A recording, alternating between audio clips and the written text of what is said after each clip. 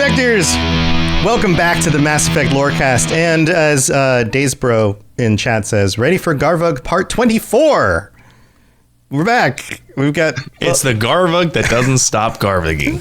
It's not really Part 24, but it feels like it because, I mean, are we done yet? Are we there? Is it over? We've been covering Garvug for 2 months now. This is the longest. Like, you thought the Liara section of the podcast that we've gone through, and all the episodes we've gone through, you guys thought the Liara section was long. Garvug, I think, is going to be longer than Liara.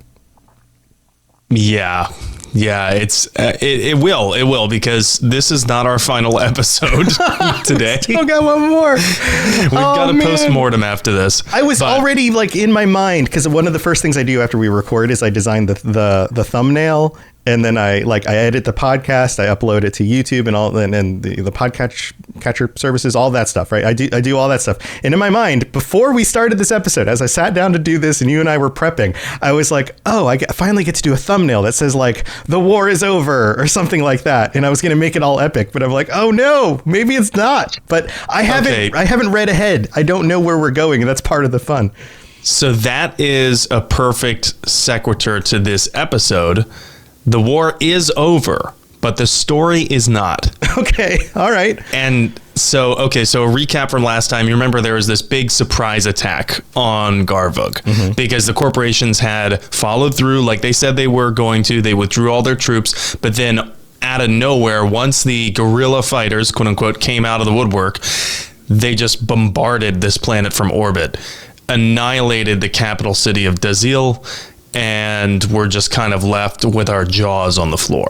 Right. And that's where we are. Right. There was a big turnaround. The corporate people we thought were leaving, and then they pulled the trick. And so now I'm wondering, like, Hyla Arun, is he okay? Does he have another arm missing? Did he grow an arm back? Is that something that you can do genetically? Like, what is going on with all of that? How is this going to work out? So I'm sure we have the next correspondence in the news. Yes. Like, what's the next one? Where does this go? Right. So Lyra Spate, our favorite Sonax Supreme Commander, holds a press conference, the first one in weeks, according to Cerberus Daily News, and it displays satellite images of Sonax and Guanghui Solutions divisions landing in Dazil, that same capital that was bombarded, and it says landing in Dazil or what remains of it. Spate showed little concern for the cost of life from the brutal bombardments, but pointed out that the roads, the spaceport, and mining infrastructure remain intact. Nice. Oh, yes. See, we were accurate in where we wanted to be. Sonax, Guanghui, and Binary Helix stocks closed high in response. Sonax's nearly 1,000% boost was the talk of the trade floor as the win-by-losing strategy became apparent. Oh, they're like being rewarded for being terrible. There's a lot of people who held on to that Sonax stock, and those investors, their friends must have been like, dude, you gotta get out. You know, months ago, they must have been like, you gotta get out, cut your losses. And those Sonax investors who held on to the stock are really thankful now, and especially if they bought the dip, because a 1,000% boost, someone just made 10 times their money back. Right. I have this picture in my head of like your grandpa who got some of this stock like years ago because he worked for one of the companies or something. And then you were like, Grandpa, things are really going bad with Sonax. You need to get rid of your stock. It's just going to keep dropping. I'll check in on it one of these days. And then all of a sudden the stock just goes through the roof. Grandpa, you didn't get rid of your stock, did you? Get rid of what stock? Sonax. Oh no, I've had that for 40 years. He's unaware that he's just like one of the biggest war profiteers. Right. Yeah. Grandpa, you need to upgrade from that 500 square foot apartment you're living in. You can buy whatever you want now. Oh, goody. Yeah. So how did your grandpa make his money? Just some casual genocide from a corporation he was invested in. Right. He killed a bunch of people on the planet. Cool. So yeah, that's like, it feels a lot like all is lost right now for the Krogan and the Vorcha. And it just feels like the corporations have completely won. not only have they won, but their investors have won too. Yeah. And then it's just really discouraging if you were rooting for the Krogan and the Vorcha this whole time, because it just does not seem like there is any room for a comeback for the Krogan. And we get the next dispatch the next day. It says Sonax Industries presented a list of confirmed dead or captured enemy commanders on Garvug today. 90 of the 112 names are presumed out of action. So they don't have those confirmed. Okay. Presumed. Yeah, presumed. That's still a lot of people. But among the dead is notable guerrilla leader Hylot Rund. Oh, no. Who apparently survived a poisoning attempt before fleeing in a sky car that was driven out of the air by Guanghui Solutions gunships. So he survived a poisoning attempt. He tried to escape in a sky car. Then they have these gunships that basically just shoots him down.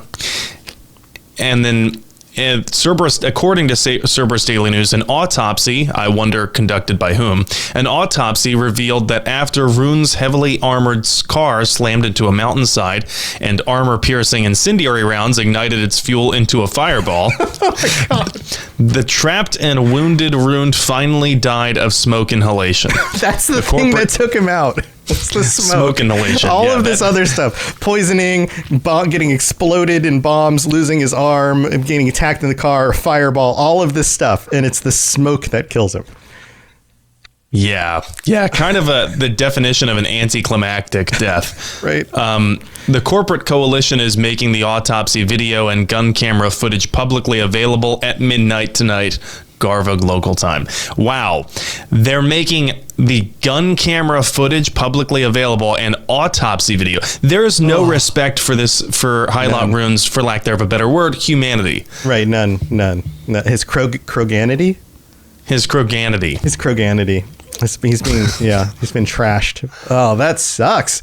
This is the point in every epic movie where it looks like the bad guy's going to win. And the whole feeling is like, oh, well, there's no way they're going to come back from this. They've gone too far. The bad guys are unstoppable. How are they ever going to win? Right? Like, this feels like that moment. And I'm hoping we get the turn where it's like, oh, but there was this other thing and the good guys can use that. And then now they get to win. We start hearing Linkin Park's What I've Done in the background. Right. And then right. And the dramatic reveal. Yeah. Captain America all of a sudden wields Thor's hammer and you're like, yes, this is going to happen. Is that where we're at? Except Hylot Rune is done and there's no Thor's hammer. So, unfortunately, this is more like the other side of U.S. military propaganda. Now we have, this is more akin to watching The Kingdom, or if you remember that movie, or The Hurt Locker. So basically, there's not going to be a comeback. That's not how it looks. The next day we get this dispatch the next day, and it says Sonax Industries, Guanghui Solutions, and Binary Helix held a joint press conference today to address shareholder concerns about the new offensive on Garvug. Spokespersons detailed a campaign of careful media control dating back several months. Okay, you remember how we were considering whether or not they were manipulating the media? Yeah, they definitely were. Mm-hmm. Binary Helix explained that their rift in the coalition was a ruse. So that was all a lie. We were justified for having reservations about whether or not we were being told the truth there. Guanghui gave details of special forces left on Garvug disguised as civilians, whose mission was to pinpoint insurgency leaders when they came out of hiding. Sonax reps spoke at length about the actual board vote, 8-3, not 5-6. You remember I was skeptical of that. Right. 8-3. To continue the war once they were filled in on the so-called wooden horse gambit. Said CFO Abayomi Osaba, we had a responsibility to keep the company from going under. We regret that there was no way other than to ask for forgiveness after the fact. Okay, so they're asking for forgiveness because they lied about their strategy, not for all of the lives they killed in this invasion. Right. Yeah, still that part doesn't bother them. The fact that they had to, tell some little lies in order to get what they wanted, and have to ask forgiveness. It's that every time in my life I've heard someone say, well, it's better to ask for forgiveness than permission. I've also already considered that person to be pretty immoral. and the things that the person has done in the past have always rubbed me wrong. And then when they say that, I go, oh, okay. That's all right. Yeah. I get it now. Right. It's a very much a coded language for the ends justify the means. It's the same thing. And it's the same thing. Just tell someone whatever they want to hear and do what you want to do anyway, because transparency is overrated. That's right. And if you're planning to ask forgiveness, then you don't actually feel bad about it because you already planned to do it. So it's not genuine. So okay, cool. Now I know exactly who you are, and bye. Don't need to talk to you anymore. Yeah. So this CFO basically says we're asking for forgiveness for not being transparent. And then it says, asked if the board would face charges for perpetrating fraud on stockholders. This is an interesting angle. He responded, quote, our legal department can explain Ilium's laws in that area. You'll find them quite flexible. Ugh. This weaselly motherfucker. Oh, it's so slippery. It's oh god. All right, but now you're saying it gets worse. Where does it go from here? It's hard to believe it gets worse because this is already like the embodiment of sleazy corporate greed that we all hate, and it gets worse. So you remember Emily Wong? Yes. The reporter that we meet in Mass Effect 1. Right. She seems like one of like the only reporters who's like really dedicated to finding out the truth and very exposés. Dedicated. Like she's like laser focused. Yeah. Yes. She's pretty straight-laced. Although she is willing to develop somewhat of like a ethically challenging relationship with Commander Shepard, but it's nothing that would discredit her reporting, basically. So Emily Wong sets up this interview with Lyra Spate. Oh. And now I'm getting hopeful that we're going to get to the bottom of basically what was really going on here. This one comes a week after that press conference we just talked about. It says, in the first half of an exclusive 90-minute Citadel Standard interview, Sonax Industries Supreme Commander Lyra Spate sat down with the Future Content Corporation's Emily Wong and answered questions about the war on Garvug. Quote, we, and I mean the Army, not the board, had a nearly impossible task once the insurgency was established, she says, and success would not have been financially possible without Umsung Holdings backing. I presented the idea to the higher-ups of letting some negative stories through on the comm buoys to win trust with the news media, but it developed into more. The president of Umsung was good friends with Sonax's chairman. When the offer was made, the idea clicked. The board realized the power of winning by losing. From that moment on, we played the wounded bird and gave the snakes exactly what they wanted to see. Okay. You know I'm a journalist in real life. Yeah. If I were Emily Wong, my immediate follow-up question to this would be, okay, so Spate, you've now confirmed that you were lying to the news media for months, but you've justified it, but at the end, it is still a lie. Why should we believe anything that you're telling us now? Yeah, from this point on, how do we believe you? How do we trust you at all?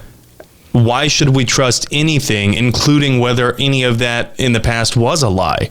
You know, why have you agreed to do this interview unless you just hope to use us again? Why should any of the viewers at home trust a damn word you say? Right. Why should we? Yeah. It's this is one of those questions that hits me all the time, especially in our current situation in our world, where certain individuals lie to us all the time on media and news and all sorts of things, right? And so in your personal life, how many times does somebody you know have to lie to you before you just write them off and you go, okay, well, I'm never trusting them again? And yet when something happens on like a national platform, we just keep letting them lie to us? That's so strange, right? Like, why is that any different? I don't get it. I wish I had an answer for you. If you find the answer, let me know. Yeah, I don't get it. I don't get it. Some people, certain people, will have even admitted on national television that they lied to the American people, but somehow expect the American people to trust them going forward. And that's kind of where we find Lyra Spate here. I guess disclosing, okay, yeah, we lied, but it was necessary because, our success was hinged upon that winning by losing strategy. And surely you understand. Right. Yeah. This is all business. I think that what that does is it triggers the thing in our heads that goes, oh, they're sorry that they made a mistake. They're asking for forgiveness. But that's not actually what's happening here. There is no, hey, we made a mistake and lied to you accidentally. We feel so bad about what happened. Please forgive us. It's not that at all. It's, we did this intentionally. Now we're clearing the air of it. And of course you understand. Those are two very different things. Of course you understand, yes. Right. Those very different things. Yeah, it's expecting you to forgive me without me humbling myself to ask for forgiveness. Right. Without me precluding that I will ever do it again. Right. And on top of it, you would have to understand, pulls the other person in and says, really what they're saying is, I'm sure there have been times where you've done this before. You will understand how this is, right? What it does is it lowers the listener to their level to say, hey, you've been a liar before too, because we all tell lies at some point. So you understand how this goes. It's not that bad. That's the subtlety of this. That's why that rhetoric works. That sucks. Though, I bet for the people watching this at home, the people who are already critical of the corporations are going to be galvanized. Mm-hmm. I mean, and I would wonder if there's going to be any level of consequence at all for the corporations, because Emily Wong is a Citadel Space journalist, right? That's where she operates. Yeah. And so this is going out to viewers in Citadel Space who are used to rule of law. So even though this war happened in the Terminus systems, one has to wonder if there's going to be any level of consequence at all. And I guess that's where the second half of her interview picks up. Okay, so yeah, what happens next? What happens with this part? Right. So in the second half, the Admiral, it says, alternately argues about, confesses to, and speculates about the moral repugnance of her actions. Quote, I don't regret the deception, she said. To shareholders or anyone else, what keeps me up at night is the death of Brigadier General Noah Vardos. He knew the real strategy, but he saw good people dying under him. Garvug residents dying for no reason. It haunted him. Okay, Garvug residents? You mean the people you brought in? Right. The people the corporation brought in, but killing the innocent Krogan and Vorcha, whose world that was, that you invaded, that didn't haunt anyone. Right, the actual residents. That wasn't a problem.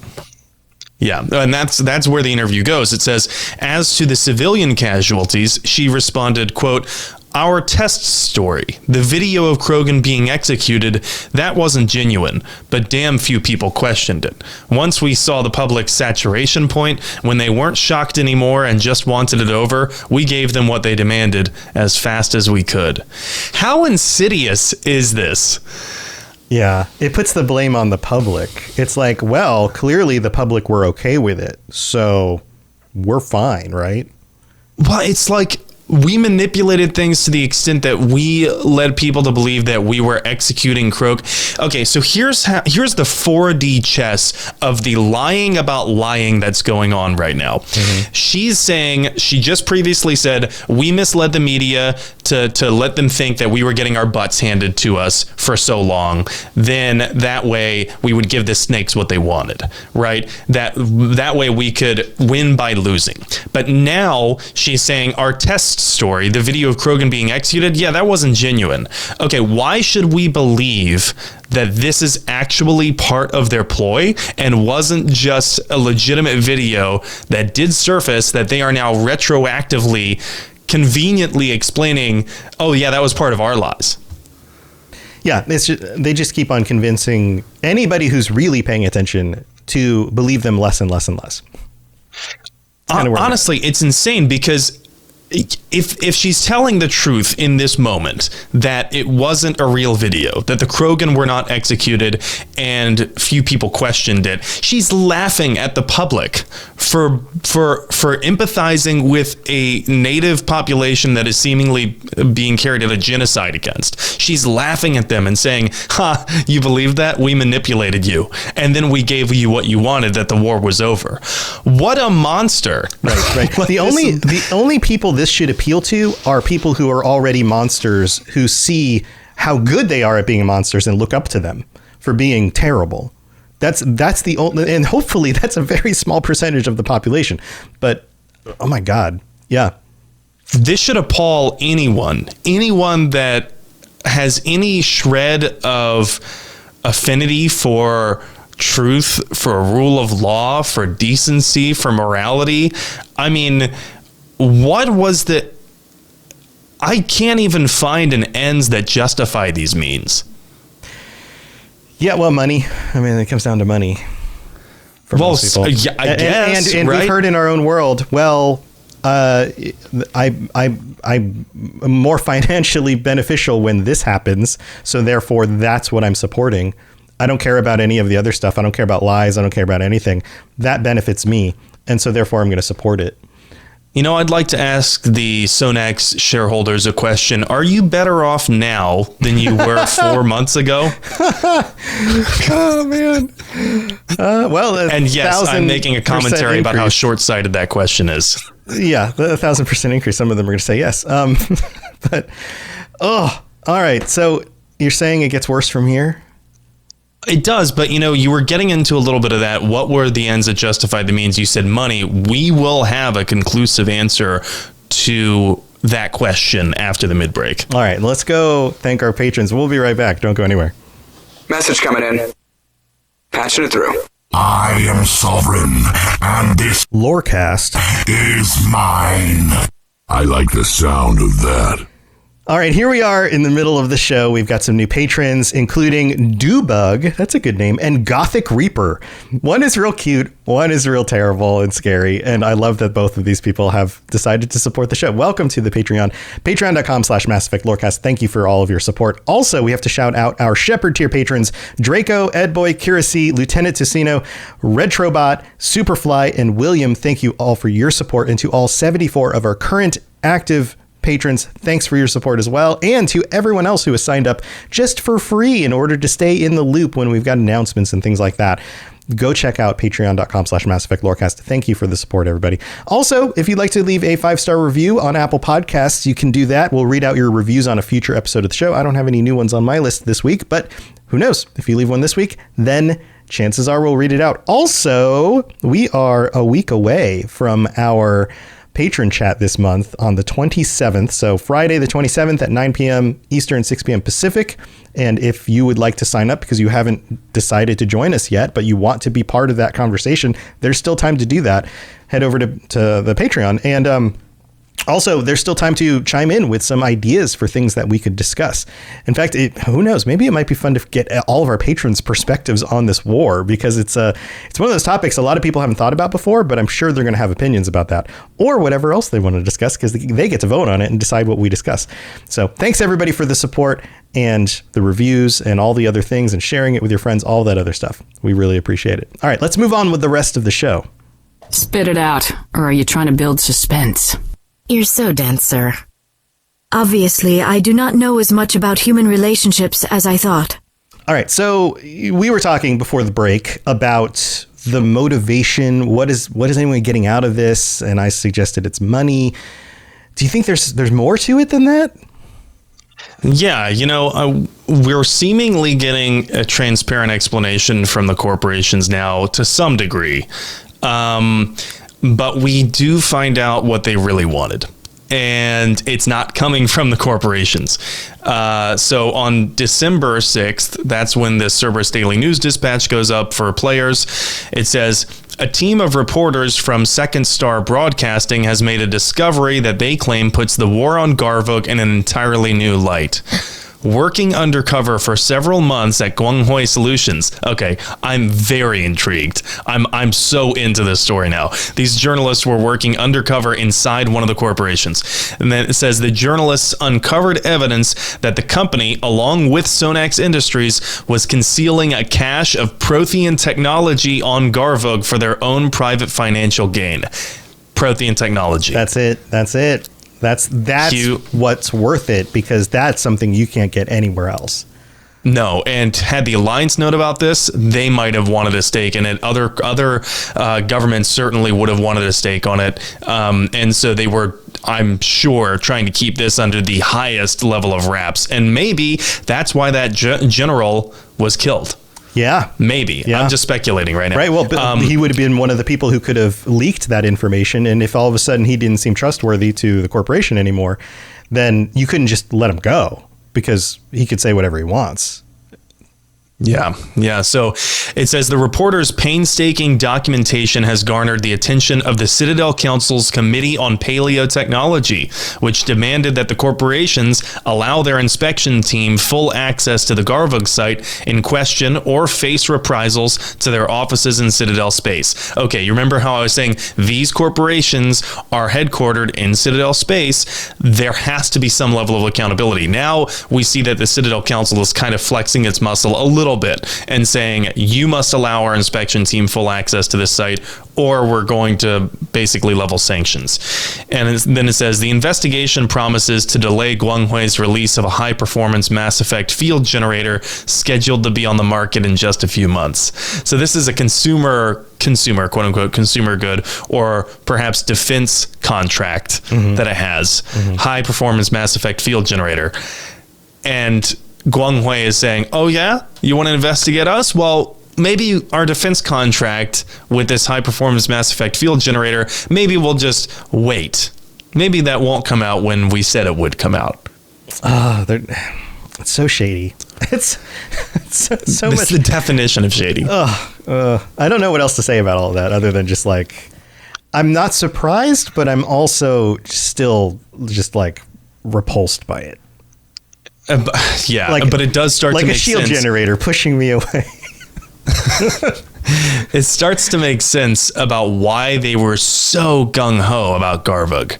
It's a planet that didn't really have a favorable, habitable climate, not all that much, just a thin band around the equator. It was just Krogan and Vorcha there.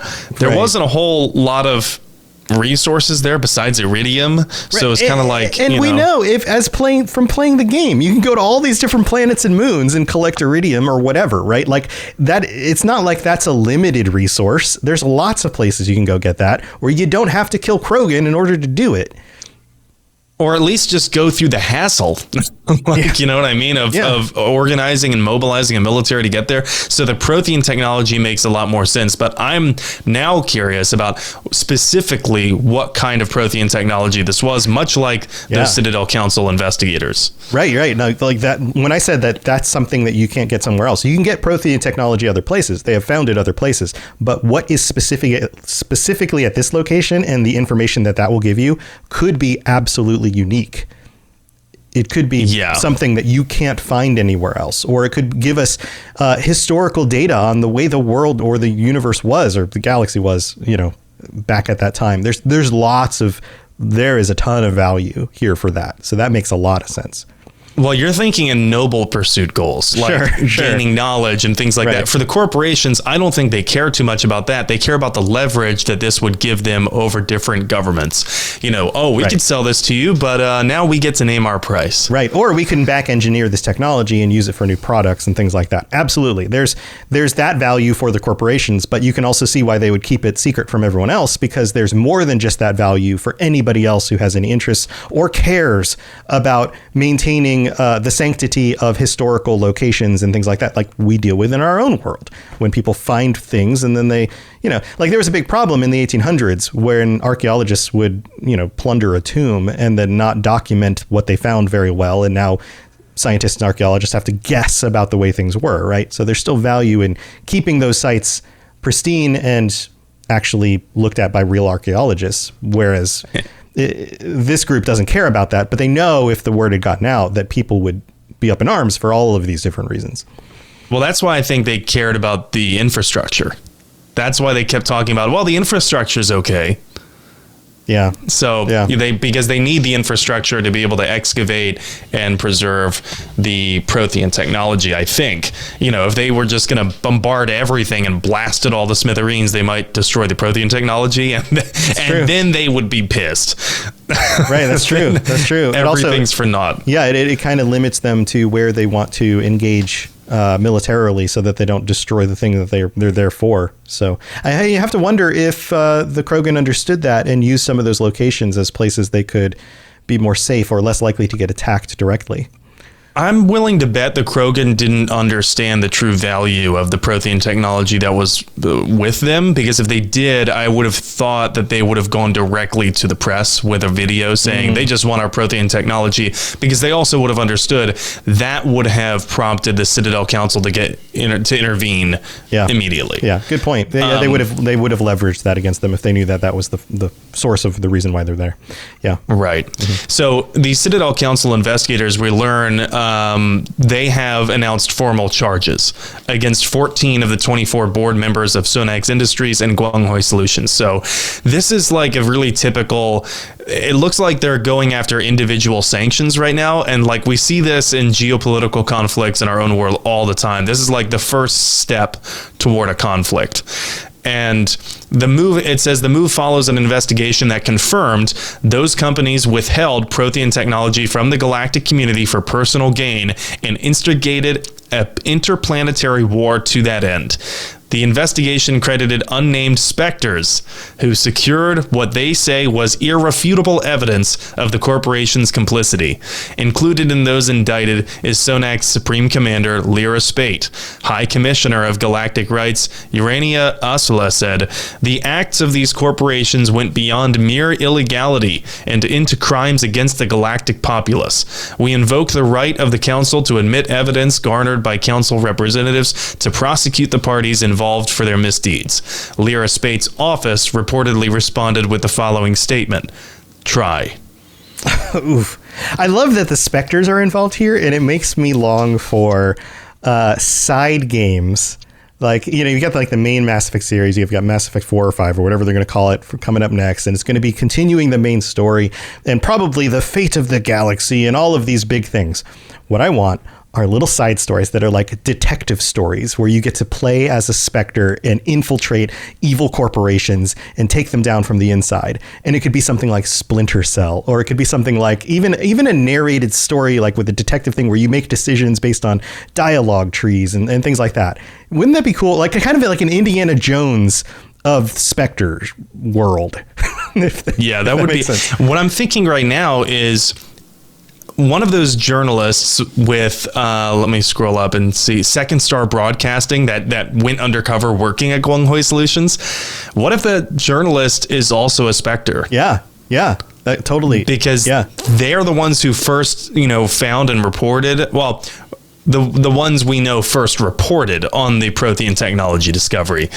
So I guess there's a possibility that there were also Spectres who infiltrated Guanghui Solutions. So now you have journalists and Spectres who infiltrated Guanghui Solutions. Yeah. And I don't know, but it is really, really interesting because here we have an example of the unchecked power of Spectres being used for good. Right. This is what I want. I want like 007, like James Bond Spectre type stuff.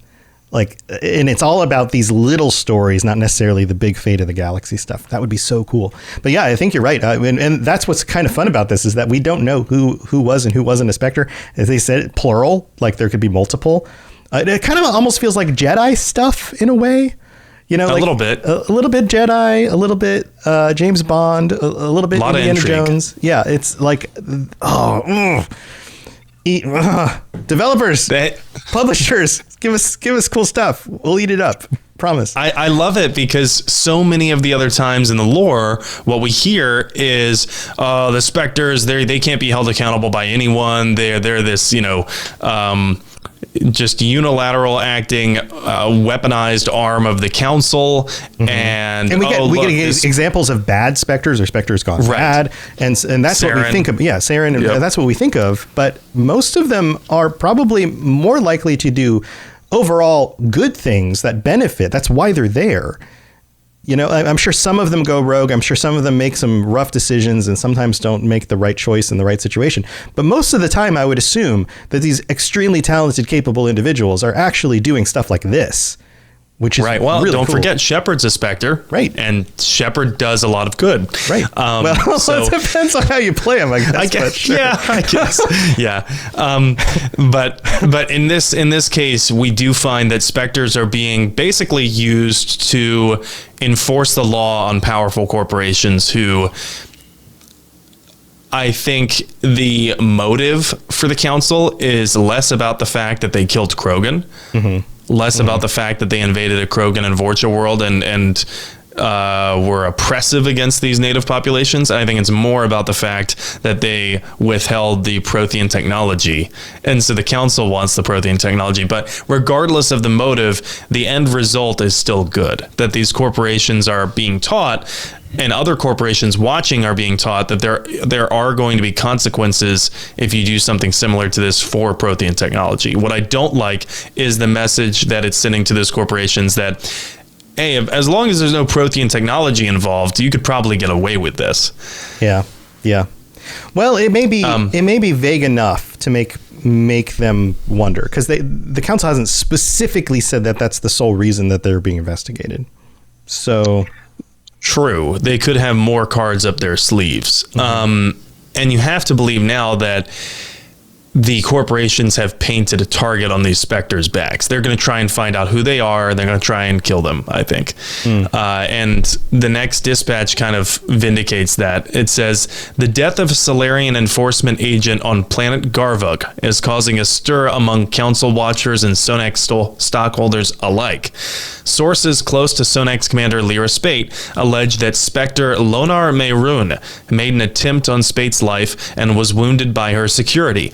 I wonder if that's why Excelsior blew up, the command ship. I wonder if that was a Spectre operation. yeah, it might have been. Because we didn't know who did it, right? Yeah. And it feels like that would be something that they did. But anyway, it says Mayroon's assistant died, shot after a weapon malfunction left him vulnerable. Sonax officials allowed journalists to view, but not photograph, a charred Solarian body they claim is Urjan Taltz. That doesn't sound shady at all, but okay. Yeah. So unidentifiable body. You're allowed to see it, but don't take any pictures, because then that could be, vetted. Spate herself did not appear at the press conference, and spokesperson Victor Cohen attempted to assuage reporters, saying the Sonax board was, quote, looking into complying with the Citadel Council, but added that, quote, the law clearly states that we are in the Terminus systems, and their act of aggression goes beyond any legal attempt to solve this matter. Their act of aggression. Right. Always painting it to their advantage. Yeah, sure. We invaded a Krogan Vorcha backwater planet, and we led a veritable genocide, but clearly you can see why we needed to lie about it too. Now, the Citadel Council, they're acting a little aggressive. Yeah, we needed to keep this under wraps because we knew how you all would overly respond to this in ways that would put people in danger. So we had to do the right thing. It's like, which, by the way, saying that like admits that you are aware of the guilt of what you did. Right. It's like the student in the classroom who's like, oh, but the teacher got me in trouble. And like, no, you got in trouble. The teacher was just upholding the rules of the school. Like, you just don't do the thing that's wrong, and then you don't get in trouble. You can't be mad at the punishment. That's not how that works. This is some severe narcissistic abuse being perpetrated to the entire galactic community. Very much. Yeah. So you remember the company Umsung Holdings that bought out Sonax Industries when their stock fell? Right. We get an update about them in December 24th, 2010, so Christmas Eve.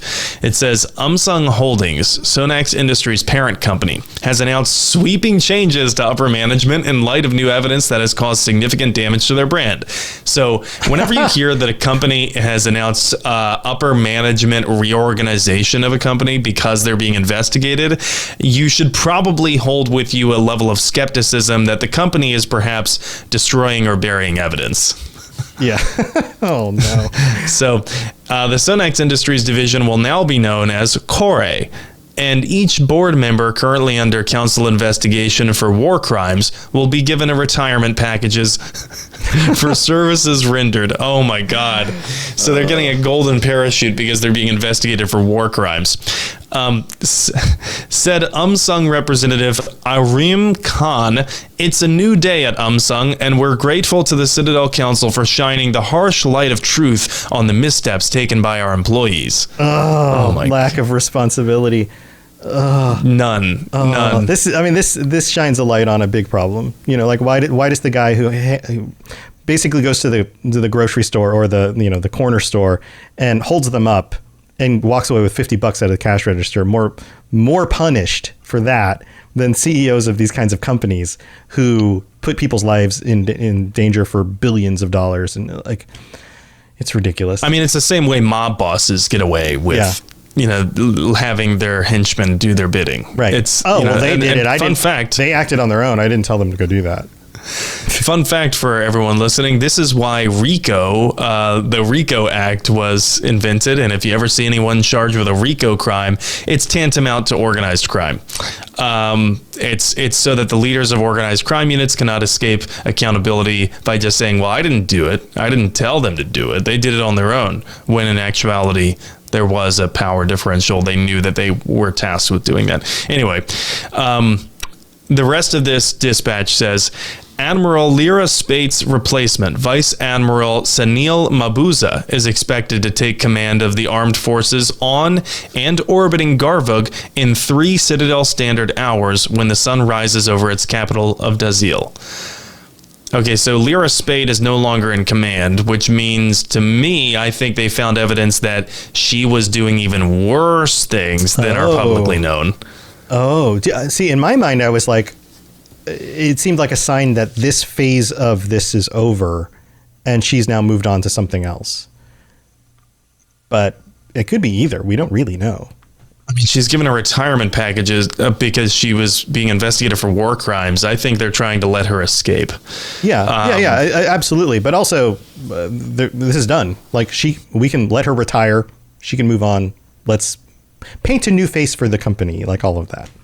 Probably a strong NDA clause with that retirement package, I would guess. Probably, yeah.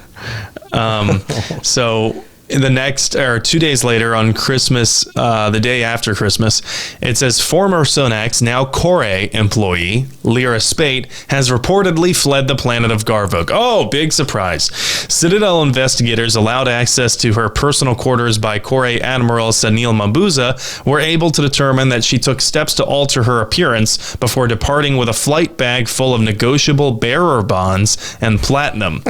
She's believed to be traveling with up to 5 trusted bodyguards. Investigators have released no details about the make or model of the ship she used, nor have they speculated on her likely location. Asked if she would likely remain in the Terminus systems to stay outside the Council's reach, spokesperson Dixali Arborandum replied, if she wants to stay out of our reach, she'd better find another galaxy. So, okay, wait, so did she not take the golden parachute? Is that what's happening here? Or is this part of her retirement? I feel like this is part of her retirement package. Okay. How are those bodyguards getting paid? Because she's made a ton of money, and I don't know. I mean, how long is that going to last? Right. Well, it's a good question. In my mind, this could go one of 2 ways. What, she takes the retirement package and she now leaves in order to get out from any critique at all by the Citadel or anybody. Like, she wants to go off the map, or she finds that the information that she has is more valuable somewhere else, and she's taking the risk of going against the company, and so therefore she is avoiding them by doing this. I don't know. So I don't know that this is clear about that. Is it? Am I missing something? But at the end of the day, she's being investigated for war crimes and she's leaving. Right. But we don't know where. Where do you think she's going? My guess is Argentina. Let's go back to Earth. Argentina. Like the Nazis after World War II. Yes, that was Yeah. That's, yeah. Maybe. Probably not Earth, though. She's going to a planet called Argentinium. Yep. That's probably where. No, we don't know yet where she's going, but this is pretty strong man's rhetoric from the council spokesperson saying that if she wants to stay out of our reach, she'd better find another galaxy. Basically, she's saying there that our specters are not bound by Citadel space. Yeah, that was the other thing I was thinking too, is that it doesn't matter what type of ship she gets on, how many bodyguards she has. If there's a specter that's hunting her down at this point, she's as good as done. Like, maybe not dead, but at least, captured, going to have to deal with this, being brought back to the Citadel. I'd venture to guess they want to capture her alive so that they can give her a plea deal in exchange for her turning on the board members. Right. What else can you tell us that we don't know? Right. Yeah. And, we can make this a lot easier for you, but we just need some names. Right.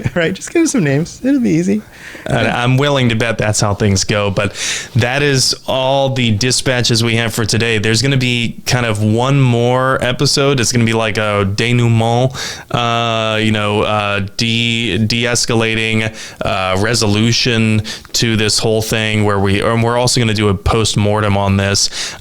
There's one particular Mass Effect community member who's very active in a couple of different Mass Effect forums, and this person really loves Garvug and the Krogan, and I've already seen their quote unquote manifesto about Garvug, and they have a lot of really insightful analyses about this. So I've reached out to them on Discord, and in that next episode, we're going to be able to hear from some of their analysis. It's very, very intriguing, talking about Krogan society, what we can extrapolate from the Garvug conflict about how the rest of the council races view the Krogan, and other things like that. So we'll do a post-mortem on this, not next week, because next week is our patron chat. That's right. Yep. That's coming up next week. And then that'll be exciting. It'll be fun to get some more insight on this, because it is a really interesting conflict, and it is so well written, and it feels like the kind of situation that really could happen this way. And so that'll be a lot of fun. But do you have anything else you want to share before we head out? Yeah, so I am going to be on my first panel ever. That is next Saturday, the 28th. I will be in Portland, so anyone who's listening, any of you Spectres, if you're around Portland, come on down to the Portland Retro Gaming Expo. I will be doing a panel with some other Robots Radio Network hosts, and we're going to do like a gaming family feud thing.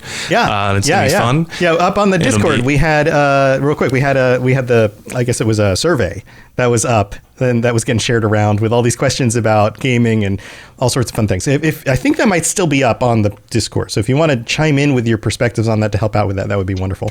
So that should sounds like a lot of fun. That would be great. Yeah, we're trying to get to 100 responses so that we have an accurate survey. But yeah, if anyone is in Portland and you're going to the Retro Gaming Expo, I'd love to meet up with you at that panel, and we can come say hi. You can see what I look like. I am 4'3", 360 pounds with a green beard. There's gonna be like one individual who's cosplaying like a dwarf with a green beard or something at the convention, and everyone's gonna run up to them and be like, "You're N7. I love the Mass Effect Lorecast. You're great." He's gonna be like, "What? What are you talking about?" Right? Yeah. Anyway, I'm going to be there on Saturday, September 28th. So, and love to chat with anyone about Mass Effect or Elder Scrolls. I'm super into Elder Scrolls right now. I'm listening to a couple of audiobooks. I know a really good podcast you should check out. I think I've heard of this one. Yeah, Elder Scrolls Lorecast. No, I was going to say Tales of Tamriel, but that's fine. You can listen to my show too. That one too, yeah. But yeah, other than that, I'm streaming Mass Effect every Saturday. I also just got a new game that I can't wait to stream. It's called Squirrel with a Gun. You heard about this? I don't know that I have. It's a platformer where you're literally just a squirrel holding a normal-sized gun. The gun is massive compared to the squirrel. Wow. And you run around as the squirrel, and it's a platformer, right? Like, instead of, like, Crash Bandicoot picking up peaches, right? I think it was, you're picking up acorns. Okay. And it's a platformer. It's really fun. There are, like, these Agent Smith Matrix level agents after you, and you're, like, fighting them. You're shooting them with the gun. Oh my God. Yeah. That's funny. You double jump by jumping, and you're a squirrel. It's a normal squirrel jump, but then you double jump by firing the gun down, and you're a squirrel, so the recoil pushes Shoots you up in the air. Yeah.